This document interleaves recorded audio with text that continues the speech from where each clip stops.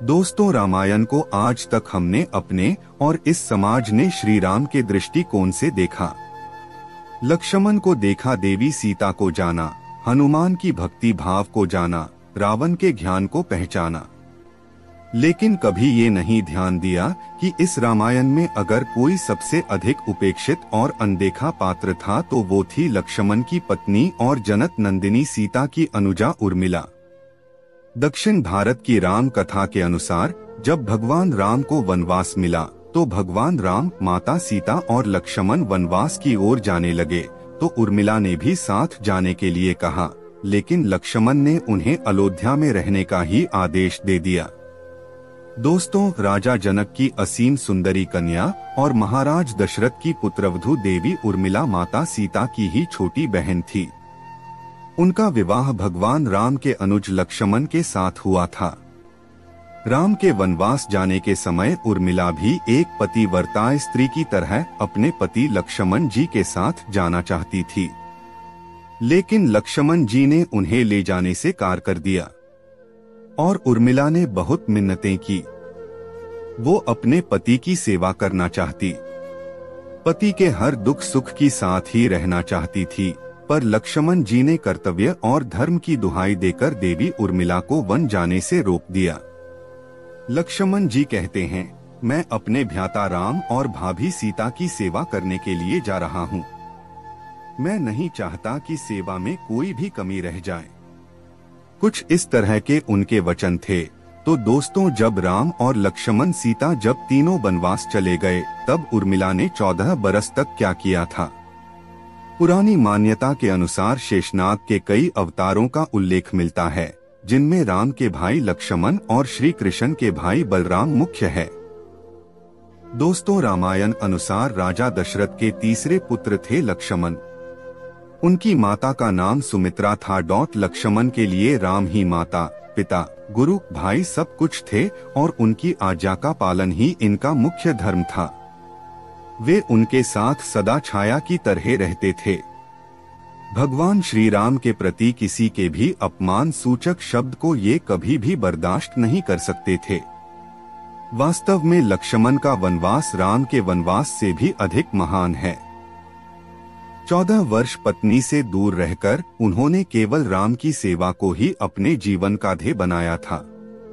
वाल्मीकि रामायण के अनुसार उर्मिला जनक नंदिनी सीता की छोटी बहन थी और सीता के विवाह के समय ही दशरथ और सुमित्रा के पुत्र लक्ष्मण को ब्याही गई थी। जब राम और सीता के साथ लक्ष्मण जी वनवास को जाने लगे तब पत्नी उर्मिला ने भी उनके साथ जाने की जिद की, परंतु लक्ष्मण ने उन्हें ये कहकर मना कर दिया कि अयोध्या की राज्य को और माताओं को उनकी आवश्यकता है। उर्मिला के लिए ये बहुत ही कठिन समय था। ऐसे में जबकि वो नवधू थी और उनके दाम्पत्य जीवन की तो अभी शुरुआत ही हुई थी। लक्ष्मण के वनवास जाने के बाद उर्मिला के पिता अयोध्या आए और उर्मिला को मायके चलने का अनुरोध करने लगे ताकि मां और सखियों के सानिध्य में उर्मिला का पति वियोग का दुख कम हो सके। परंतु उर्मिला ने अपने मायके मिथिला जाने से इनकार करते हुए कहा कि पति की आज्ञा अनुसार पति के परिजनों के साथ रहना और दुख में उनका साथ ना छोड़ना ही सबसे बड़ा उसका धर्म है। ये उर्मिला का अखंड पतिव्रता धर्म था। जब लक्ष्मण जा रहे थे तब इस सबसे विकट क्षणों में भी उर्मिला आंसू न बहा सकी, क्योंकि उनके पति लक्ष्मण ने उनसे एक और वचन लिया था कि वो कभी आंसू न बहाएंगी, क्योंकि अगर वो अपने दुख में डूबी रहेंगी तो परिजनों का ख्याल नहीं कर पाएंगी। लेकिन मेरे प्यारे दोस्तों, सवाल ये उठता है कि लक्ष्मण अपनी पत्नी उर्मिला से 14 वर्ष तक दूर रहे तो उर्मिला ने इस दौरान क्या किया। इस संबंध में मान्यता पर आधारित एक कथा पढ़ने को मिलती है।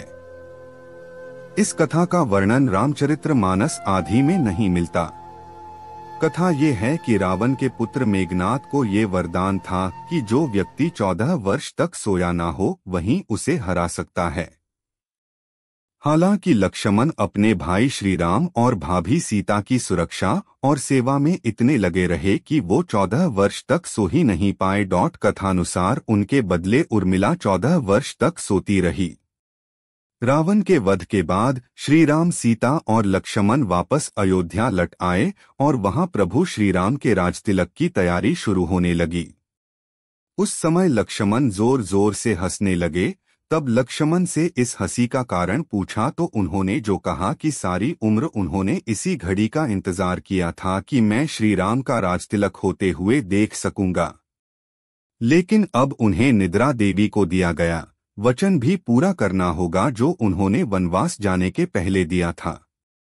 दरअसल निद्रा ने उनसे कहा था कि वो 14 वर्ष के लिए उन्हें परेशान नहीं करेंगी और उनकी पत्नी उर्मिला उनके स्थान पर सोएंगी। निद्रा देवी ने उनकी ये बात एक शर्त पर मानी थी कि जैसे ही वो अयोध्या लौटेंगे उर्मिला की नींद टूट जा। लक्ष्मण इस बात पर हंस रहे थे कि अब उन्हें सोने जाना होगा और वो राम का राजतिलक नहीं देख पाएंगे। उनके स्थान पर उर्मिला ने इस रस्म को देखा था। लक्ष्मण को उर्मिला से अंगद और चंद्रकेतु नाम के 2 पुत्र तथा सोमदा नाम के एक पुत्री उत्पन्न हुई। अंगद ने अंगदिया आंगड़िया पुरी तथा चंद्रकेतु ने रकांता पुरी की स्थापना की। उर्मिला के पतिव्रता का बल एक अन्य कथा अनुसार लक्ष्मण की विजय का मुख्य कारण उर्मिला का पतिव्रता धर्म माना जाता है। दोस्तों, मेघनाद के वध के बाद उनका शव श्रीराम जी के युद्ध शिविर में रखा हुआ था। उस शव को मेघनाद की पत्नी सुलोचना लेने आई। पति का कटा हुआ सर देखते ही सुलोचना के हृदय में अत्यधिक विचलित हो गया। वो रोने लगी। रोते रोते उसने पास खड़े लक्ष्मण की ओर देखा और कहा, सुमित्रानंदन, तुम भूल कर भी गर्व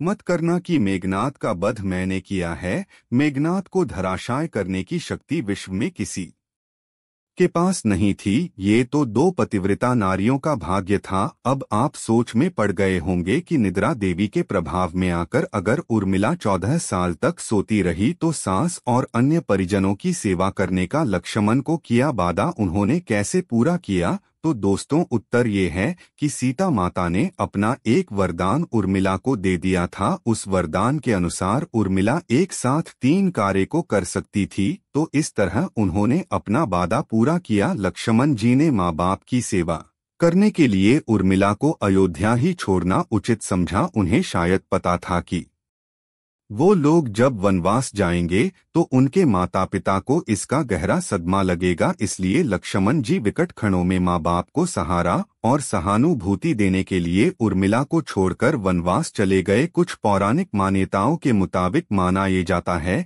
कि उर्मिला के उन नाजुक कंधों पर लक्ष्मण जी बहुत बड़ा दायित्व डालकर चले गए थे। किसी भी स्त्री के लिए विवाह उसके संपूर्ण होने की निशानी होती है। विवाहिक जीवन के वो अनमोल पल, वो जीवन सरिता जो कोई भी नवधु अपने पति के साथ गुजारती है या गुजारना पसंद करती है, शायद वो पल उर्मिला के नसीब में नहीं थे। इस दुनिया की कोई भी नवधु अपने पति से कुछ समय के लिए दूर नहीं रह सकती।